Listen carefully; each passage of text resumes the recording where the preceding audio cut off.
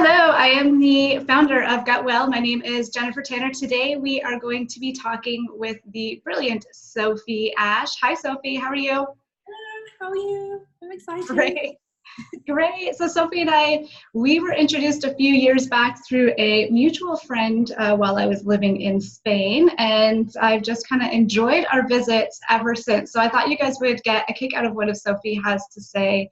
Today, we're going to be talking a bit about IBS, but let me read you Sophie's bio. So Sophie is a nutritionist, former dietitian, and medical writer specializing in digestive health. She's the instructor of the popular online course, The Fundamentals of IBS Management, and teaches gut healing workshops throughout Toronto.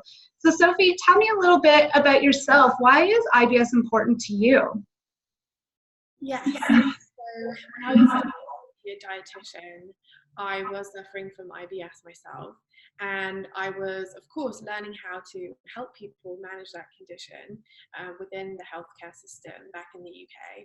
And then I was going into clinical practice, and I was kind of using these recommendations on my patients. And I was struggling myself, and I wasn't seeing great results with them either. And just over the years, it kind of became my mission that I was going to do every test that I could find. I was going to try every treatment, every diet, every possible thing that could help me. And then when I did further training in nutritional therapy, I learned kind of other techniques and other ways of understanding the gut and how the systems interact. And just, I finally started to figure out how to manage my condition, and then I was able to help other people do that, and it was just really rewarding. And yeah, just having been through it myself, I could relate to what my patients were going through. So that's kind of why I ended up specializing in it. Yeah, so you do have that personal connection to this. It kind of drove you towards finding some more answers. So tell us a little bit about those answers that you found. What is IBS, irritable bowel syndrome? What is it? Yeah, so a lot of people don't even realize they have IBS because the definition can be hazy, or it doesn't necessarily get diagnosed. But it's essentially the name for the collection of symptoms, most of which are digestion related. So nausea, bloating, abdominal pain, constipation, diarrhea, flatulence, indigestion. All those things are collectively IBS. And so IBS stands for irritable bowel syndrome.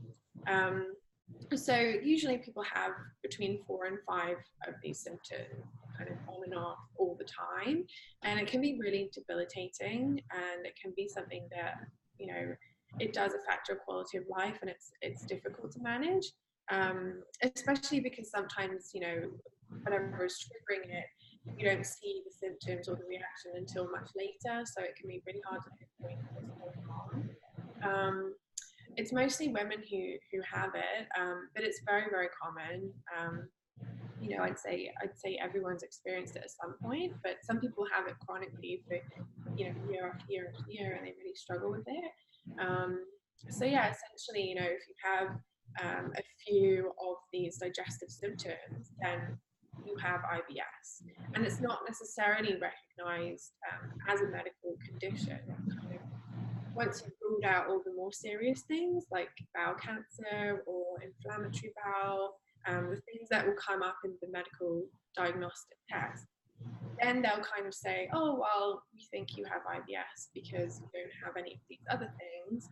And it's not necessarily treated that seriously within the medical community. So it's important that people understand it themselves and advocate for their own, to get the help that they need.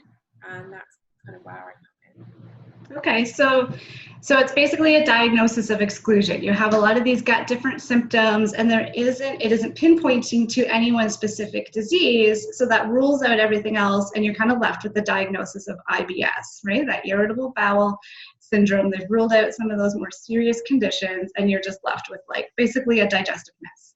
Right? So why is it so difficult for somebody to manage their IBS symptoms? Yeah. Well, sometimes there isn't a medical explanation for them. I mean, there's medical tests you can do, but there's also private tests you can do. And even within that, you know, when you've expanded the range of testing that you're doing, sometimes nothing will show up as being abnormal, but you're still feeling as though something is wrong and you're still experiencing the symptoms. So trying to pinpoint what is actually going on can be really challenging. And, you know, that is one of the most difficult things, I think. And you know, then there's the whole kind of conventional medicine versus functional medicine. And you know, functional medicine looks at like the way that the body is functioning and how all the systems interact with each other.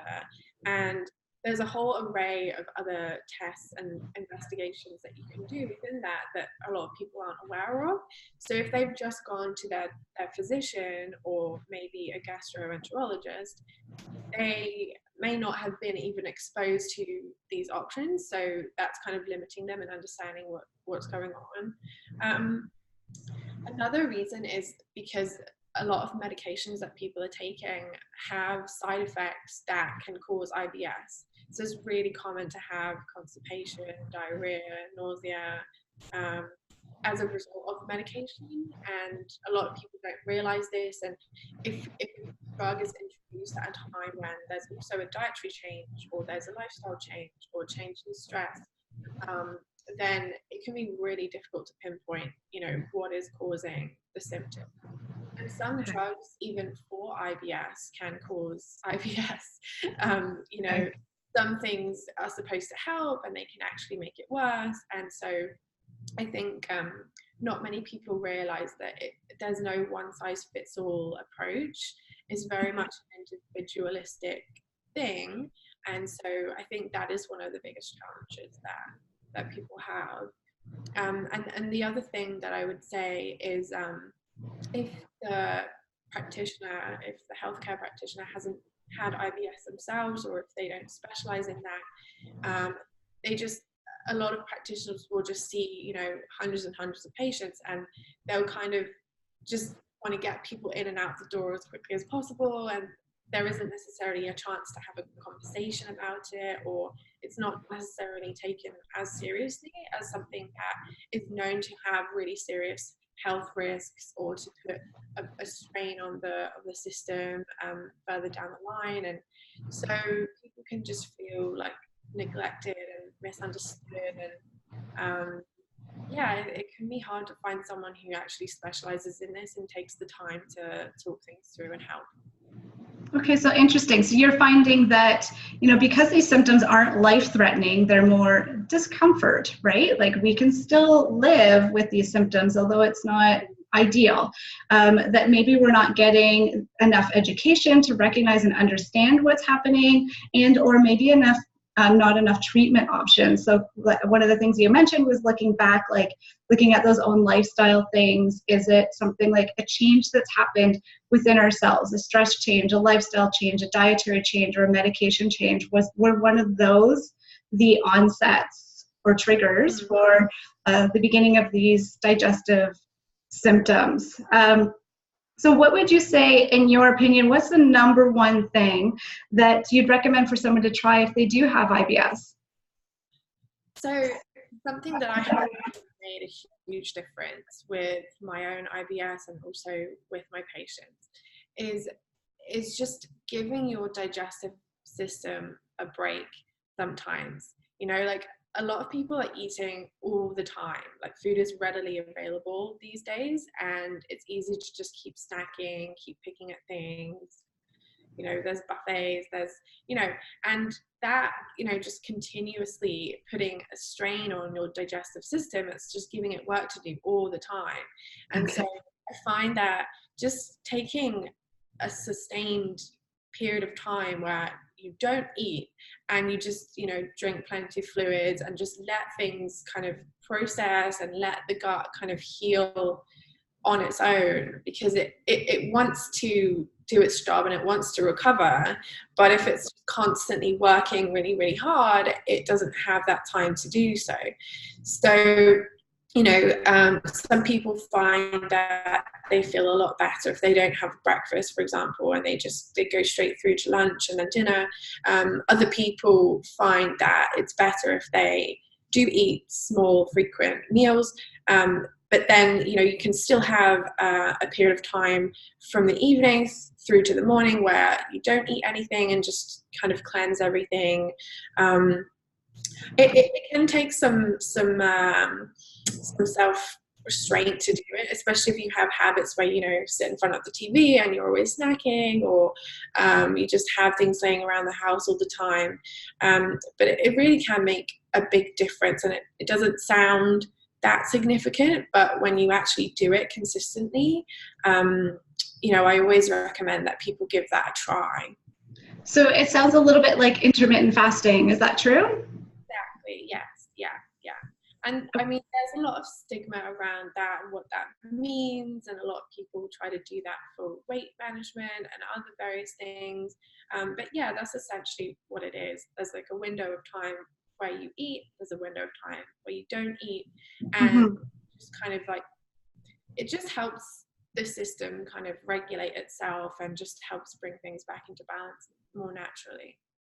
Okay. Yeah. So with intermittent fasting, usually we're having people pick a start and a stop window. So would you recommend, like maybe for the first week or two while somebody's exploring this, picking a certain time of day or night? So just say like 6 p.m. I'm not going to eat anything after 6 p.m. until, let's make it a 14-hour window until 8 a.m. the next morning. Would that be a good way for somebody to start? And then they could adjust it as needed based on like what hours and times of day they felt better having a bit of an intake break? Yeah, I mean, it really depends on the schedule of the person. If you're a night person and you're not going to bed until like 1 a.m. or something, then 6 p.m. might be a bit early, because if it's unrealistic, then you're going to find like a couple of hours before you go to sleep, you're going to want to eat something. And so, yeah, I mean, I tend to sort of look at where I usually go to sleep and then count back maybe 4 or 5 hours from that time, and that's a pretty good time to start the fasting. Okay. Or yeah, like I said, if you find you're more of a morning person, it could be more, it could work better to just get up and start getting on with your day and just try to postpone the first time that you eat as long as possible, and just be hydrating. And a lot of people go to the gym in the mornings as well, so that it can help with that. So yeah, I mean, think of something as a starting point that works well with your schedule, and then adjust accordingly. So during that no eat time, no foods, but they could have fluids. Yes, yes. So anything like herbal teas and coffees and waters, and I think just as little as possible, because as soon as the body has to start breaking things down, then everything's going to be still being triggered all the time. So it just, yeah, just cleansing and just fluids. Yeah, I think it can make a big difference. Okay, yeah. I mean, a lot of people will find that taking breaks from meals like that, it creates a bit of a metabolic reset. So you mentioned body composition for people who are trying to shift that a little bit, like gain that muscle mass, drop a few pounds, it can start to reset that system and keep that in place. But really what we're doing it for here is that digestive relief. So that organ can get a bit of a break from all that onslaught of irritation that it's receiving on a daily basis. Now, you have the Fundamentals of IBS course. Tell us a little bit about this course that you have. Yeah, so I found that I was explaining the same things and helping people with the same things over and over again. So what I wanted to do was speak to collectively a group of people with IBS and find out, what are the main things that they're struggling with, who are they going to for advice, what is helpful, what is not helpful, what do they need, and how do they need this to be delivered to them. So I conducted a survey and found out all this information, and put together a program that really does cover all the basics. So it's taught in video format. So it's 5 to 10 minute videos in chunks where I'm explaining a concept or something that is really important for people to understand in order to manage their IBS. And then around that, there's practical assignments. So they're all things that can be personalized according to the individual, but there'll be things like, fill out this food symptom diary for a couple of weeks, and I'll explain, how to track everything and how to identify triggers. And we have modules about stress management, modules about dairy and wheat intolerance, all the kind of common things that people with IBS kind of struggle to understand or manage. There's a lot of practical checklists as well. So, for example, there's a checklist of all the tests that someone could have to identify what is going on, and they can take that to their practitioner and say, okay, these ones I've already had, these ones aren't appropriate based on what they've learned in the course. There's also checklists for things to look out for in food labels when you're shopping, just kind of like reminders of the things that are covered in the materials. There's a few quizzes in there as well, so you can kind of learn how much you're retaining as you go through. And I think one of the that there's also diagrams that I've made to explain what is happening. But I think one of the most valuable things within the course is that whenever you're working on an assignment or you're working through the content, you can contact me as the instructor and you can ask me questions about it, how to apply it to you specifically.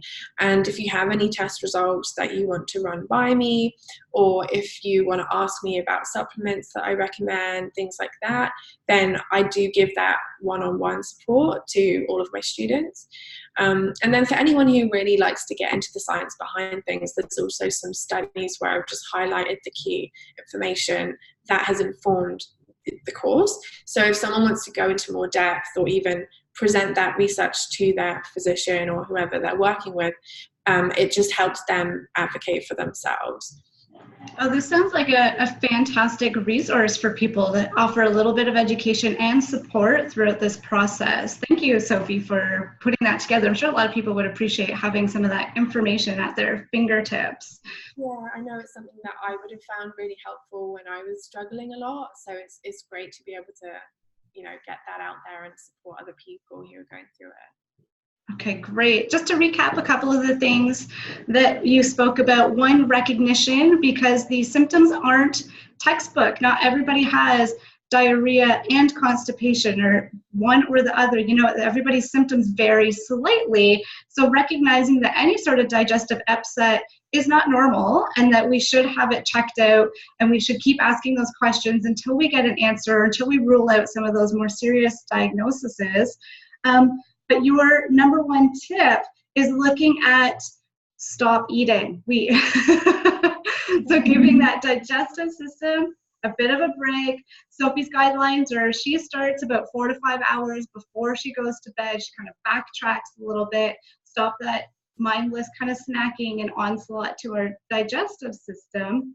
And then looking for resources like her fundamental program, something that's offering you, those education tips, those guidelines, those checklists, those charts and whatnot, to give you a little bit of understanding, a little bit of resources, know what to ask for when you go see your MD. And definitely, I think Sophie, she wants people to know that you are not alone in this venture. Sophie was someone who has suffered from this herself and has kind of navigated the system and found ways to cope and manage those symptoms. So Sophie, is there somewhere where people could reach you if they want more information?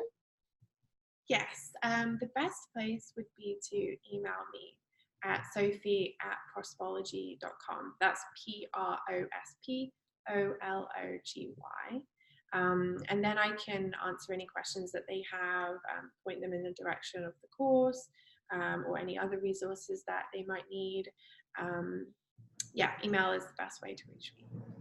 Wonderful. And we'll have a link to Sophie's program as well if anybody's interested in checking that out. But thank you for coming on today, Sophie. I really appreciate that tip, and I think it's an easy one that we can all implement and give a try. Yes. Well, thank you so much for having me on. I love to be able to help and teach and, pay it forward. So yeah, thank you. Wonderful. Okay. Bye, everyone.